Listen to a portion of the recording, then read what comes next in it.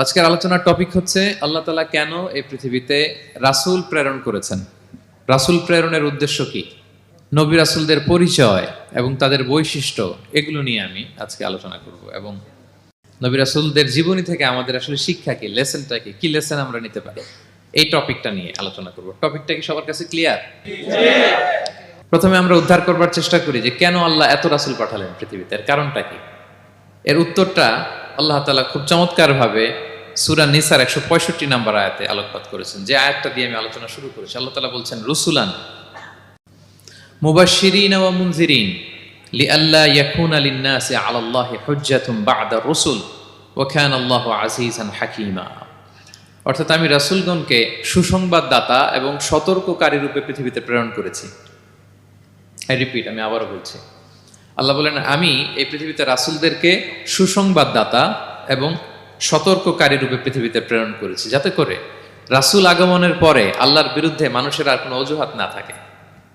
ওয়া কানা আল্লাহু আজিজান হাকীমা, আর আল্লাহ তাআলা তিনি হচ্ছেন পরাক্রমশালী এবং মহাপ্রজ্ঞাময়। তাহলে উদ্দেশ্য আল্লাহ তাআলা ক্লিয়ার করলেন, কেন তিনি রাসূল পাঠালেন, যাতে মানুষের অজুহাত না থাকে। আল্লাহ তাআলা যদি রাসূল পৃথিবীতে বাণীবাহক হিসেবে প্রেরণ না করতেন, মানুষরা বলতো আল্লাহ আখিরাত বলে যে একটা কথা আছে এটা তো আমি বুঝি নাই, আল্লাহ মৃত্যুর পরে যে আবার জীবিত হইতে হবে এটা তো আমি শুনি নাই, আল্লাহ এই পৃথিবীতে আমি কি কি করেছি তার পাই টু পাই তোমার সুপ্রিম কোর্টের কাঠগড়ায় দাঁড়িয়ে যে বিচারের সম্মুখীন হতে হবে কেউ তো আমার কোনোদিন বলে নাই। এজন্য আল্লাহ বলেন আমি পৃথিবীতে রাসূল পাঠিয়েছি যাতে করে মানুষের কোনো এক্সকিউজ না থাকে। আচ্ছা বলেন তো, এখন কি কেউ আল্লাহরে বলতে পারবে আল্লাহ বিচার যে হবে এটা তো আমি জানি না? বলতে পারবে? আল্লাহ আখিরাত বলে যে একটা কথা আছে, পুনরুত্থান, পুনর্জীবিত হইতে হবে, আবার বিচারের সম্মুখীন হইতে হবে, জান্নাত জাহান্নাম আছে, এগুলো তো কোনোদিন আমি শুনি নাই। এই কথা, এই এক্সকিউজ তোলার কোনো সুযোগ কি আর আছে?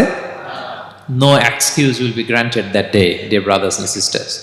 সেদিন কোনো এক্সকিউজ আল্লাহ তাআলা গ্রহণ করবেন না, কারণ আল্লাহ তাআলা রাসূলদেরকে প্রেরণ করেছেন, তারা আমাদেরকে বিস্তর বর্ণনা করে জানিয়ে গিয়েছে। এবং কেন রাসূলদেরকে প্রেরণ করেছেন আল্লাহ বলেন যে দুইটা প্রাইম রেসপন্সিবিলিটি দিয়ে আমি রাসূলদেরকে প্রেরণ করেছি। এক নাম্বার মুবাশশিরিন, তারা সুসংবাদদাতা, তারা আমাদেরকে জানিয়েছে এই পৃথিবীতে যদি আমরা ভালো কাজ করি, এক আল্লাহর ইবাদত করি, কারো হক নষ্ট না করি, তাহলে আমরা জান্নাতে যেতে পারবো।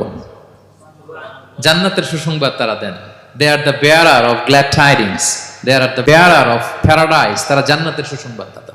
রাসূলদের দুই নাম্বার প্রাইম রেসপন্সিবিলিটি হচ্ছে মুনজিরিন, তারা সতর্ককারী। তারা আমাদেরকে এই মর্মে সতর্ক করেছেন যে এই পৃথিবীতে যদি আল্লাহর ইবাদত না করে শিরক করো, বেদাত করো, এই পৃথিবীর বুকে যদি ফাসাদ করো, যদি সীমা লঙ্ঘন করো, যদি অন্যের অধিকার নষ্ট করো, তাহলে তোমাদেরকে জাহান্নামের আযাব ভোগ করতে হবে, ঠিক কিনা? তাহলে দুইটা প্রাইম রেসপন্সিবিলিটি। রাসূলরা হচ্ছেন মুবাশশিরিন, সুসংবাদদাতা, জান্নাতের সুসংবাদ দিয়েছেন। তারা ভালো কাজ করলে জান্নাতে যাওয়া যাবে। পাশাপাশি তারা হচ্ছেন সতর্ককারী। কিসের সতর্ককারী? জাহান্নামের ব্যাপারে সতর্ককারী। এই পৃথিবীতে ফাসাদ করলে, আল্লাহ তাআলার অবাধ্য হলে জাহান্নামে যেতে হবে। এবং রাসূল পাঠানোর মধ্য দিয়ে আল্লাহ তাআলা এক্সকিউজ দেওয়ার সুযোগ বন্ধ করে দিয়েছেন। কোনো এক্সকিউজ আর দেয়া চলবে না। তাহলে পৃথিবীতে কেন আল্লাহ তাআলা রাসূল পাঠালেন, এই পয়েন্টটা কি সবার কাছে ক্লিয়ার? আচ্ছা ক্লিয়ার, আমরা সামনের দিকে এগোই। এরপর আল্লাহ তাআলা বলেছেন এই পৃথিবীতে যত জাতি গোষ্ঠী আছে সব জাতির কাছে আমি রাসূল পাঠিয়েছি। ওয়া ইম মিন উম্মাতিন ইল্লা খালা ফিহা নাযীর, যত জাতি, যত নেশন এই পৃথিবীতে এসেছে সব জাতিকে সতর্ক করবার জন্য, ইনস্ট্রাক্ট করবার জন্য, গাইড করবার জন্য আমি রাসূল পাঠিয়েছি। এমন কোন জাতি নাই যে জাতির মধ্যে আল্লাহ রাসূল পাঠায় নাই, সবাই রাসূল পেয়েছেন। এবং মজার ব্যাপার হচ্ছে they are the chosen and selected personality by Allah subhanahu wa ta'ala.